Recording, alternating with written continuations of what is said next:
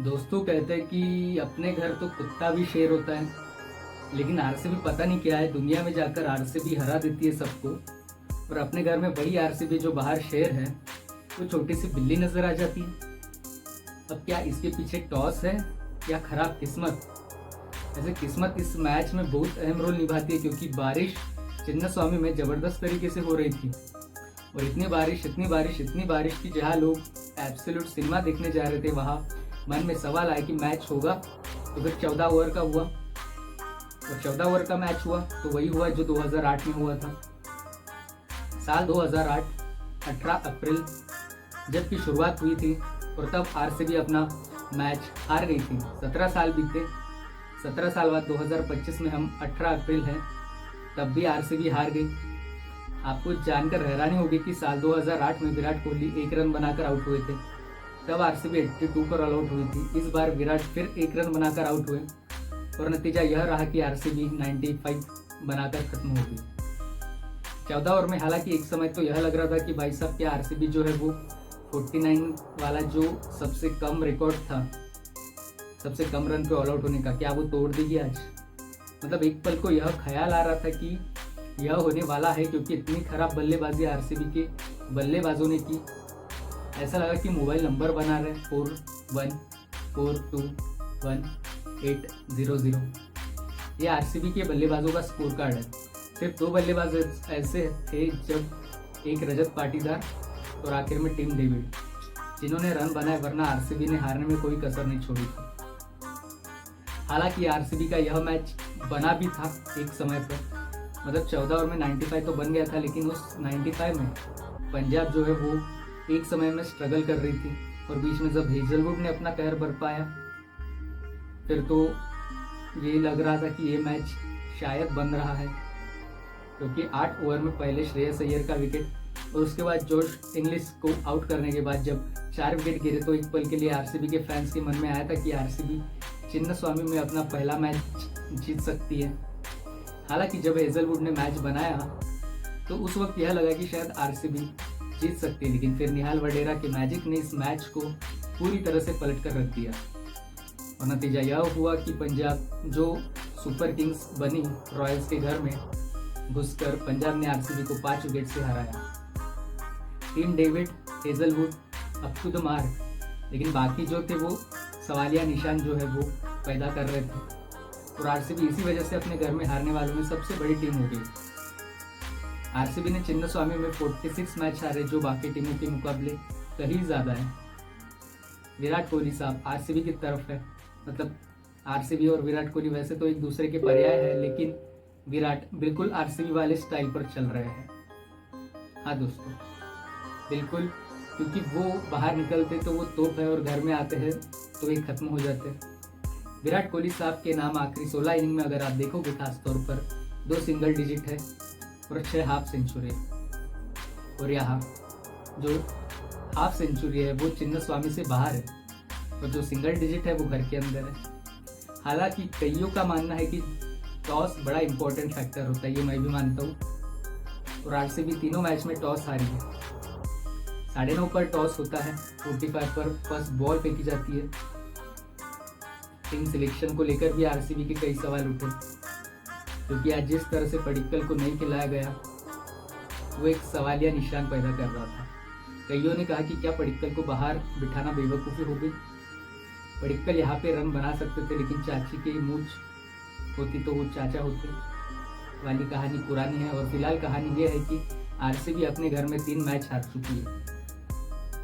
GT से 8 wicket से हारी है, डीसी से 6 विकेट से हारी है और पंजाब से आज 5 विकेट से हारी। और इस हार के पीछे निहाल वडेरा जिम्मेदार है। हालांकि आप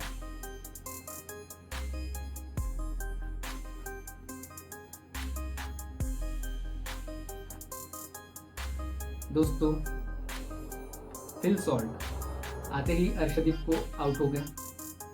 कोहली साहब जो है वो अर्शदीप को आउट हो गए।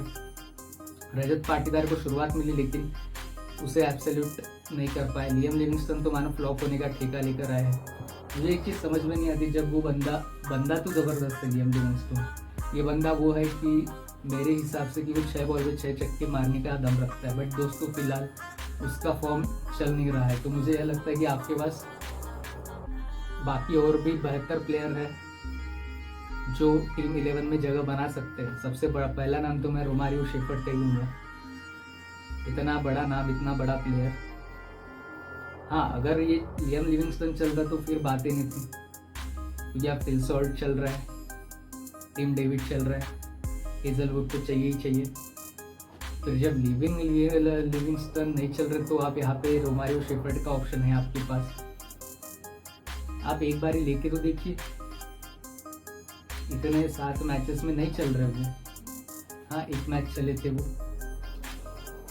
लेकिन 7 मैच में कम से कम आपको 3 से 4 मैच चलना पड़ेगा, तब आप टीम 11 में जगह बना पाओगे। लेकिन अगर आप इमोशनली चलते रहोगे कि नहीं भैया चलेंगे, बट ऐसा नहीं होता, फिर वही बात हो जाएगी, 18वां साल भी बेकार हो जाएगा, दोस्तों। टीम डेविड गजब खेल रहा है, वरना एक समय पे तो लग रहा था 49 के अंदर ऑल आउट हो जाएंगे और एक नया रिकॉर्ड फिर से बन जाएगा, सबसे कम स्कोरिंग वाला। नतीजा ये रहा कि दोस्तों आरसीबी की हार हुई। Shreyas Iyer must be happy player, क्योंकि 77 मैचेस में अगर आप 45 मैच जीत जाते तो आप एक महान कप्तान की तरफ बढ़ रहे हैं। और श्रेयस ने पिछले साल ट्रॉफी जीती थी, इस साल 5 मैचों में वो 5 मैच वो जीत चुके हैं 7 मैचों में, और संभवतः क्वालिफायर्स की तरफ बड़ा कदम बढ़ा रहे हैं। फिलहाल उनकी टीम दिल्ली के बाद नंबर 2 पर है, और बार बार मैं कहता आया हूँ कि दिल्ली पंजाब, मुझे ऐसा लगता है इस बार फाइनल की प्रथम दावेदार रह सकती है। सेमीफाइनल में वो दोनों टीमें तो पक्की मानी जा रही है मेरे तरफ से। हो सकता है श्रेयस यह कमाल करे। बाकी आरसीबी की तरफ से कमाल सिर्फ एक इंसान ने किया है बैटिंग में और एक बॉलिंग में। बैटिंग में हमने टीम डेविड का जिक्र कर लिया, बॉलिंग में जोश हेजलवुड 12 विकेट वो निकाल चुके हैं अब तक, और टॉप 2 में जगह बना ली है। नूर अहमद भी 12 पे है, हेजलवुड भी 12 इक्वल पर है। अगर आपके ये बंदे टॉप पे और आपकी टीम टॉप पे नहीं आ रही, इससे बुरी बात क्या हो सकती है दोस्तों? क्या हो सकती है? इस मैच में उन्होंने 3 ओवर 14 रन देकर 3 विकेट निकाले जॉश हेजलवुड ने, जो आई थिंक मैच बनाने वाला था। एलएसजी के सामने 4 विकेट निकाले थे, सीएसके के सामने 3 विकेट, एसआरएच के सामने 3 विकेट। आई थिंक ये उनके लिए एक एडवांटेज है जिसकी वजह से वो अच्छा कर रहे हैं। बाकी ये टीम बहुत खास रही। पंजाब को भी कुछ जगहों पर काम करना होगा, क्योंकि पंजाब में भी फायरिंग पावर बहुत है, लेकिन प्रियांश आर्या आज फिर जल्दी आउट हो गए। तेज मारने में प्रभु सिमरन फिर जल्दी आउट हो गए। श्रेयस अय्यर शुरुआती मैचेस में फॉर्म में थे, लेकिन बीते 2 मैचेस से फ्लॉप शो चल रहा है। क्या वो कमबैक करेंगे? जोश इंग्लिश जिन्हें मौका दिया गया ब्रेक देके, वो नहीं चले। मैक्सवेल को ड्रॉप किया गया, इंग्लिश को मौका दिया, लेकिन वो नहीं मार रहे। क्या वो आने वाले मैचेस में रन बनाएंगे? देखने वाली बात होगी। लेकिन निहाल वडेरा जबरदस्त है। शशांक सिंह मेरे हिसाब से गलत शॉट खेल गए। खैर, हर बार आपको शशांक सिंह नहीं जीता सकता, आपको बाकियों को भी खेलना पड़ेगा। फिर दोस्तों स्टॉइनिस को मौका मिला आज।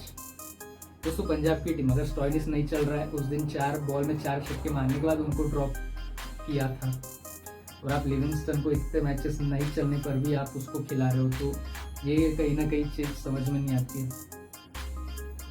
बाकियों के प्लेयर भी खेलने के लिए आए, सिर्फ पानी पिलाने और बेंच पे बैठने नहीं आए।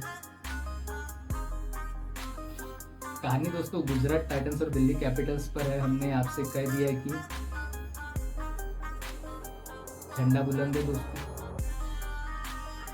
मार दो फिर गजब ढा दो।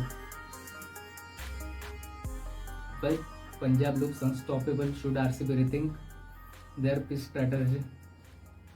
Just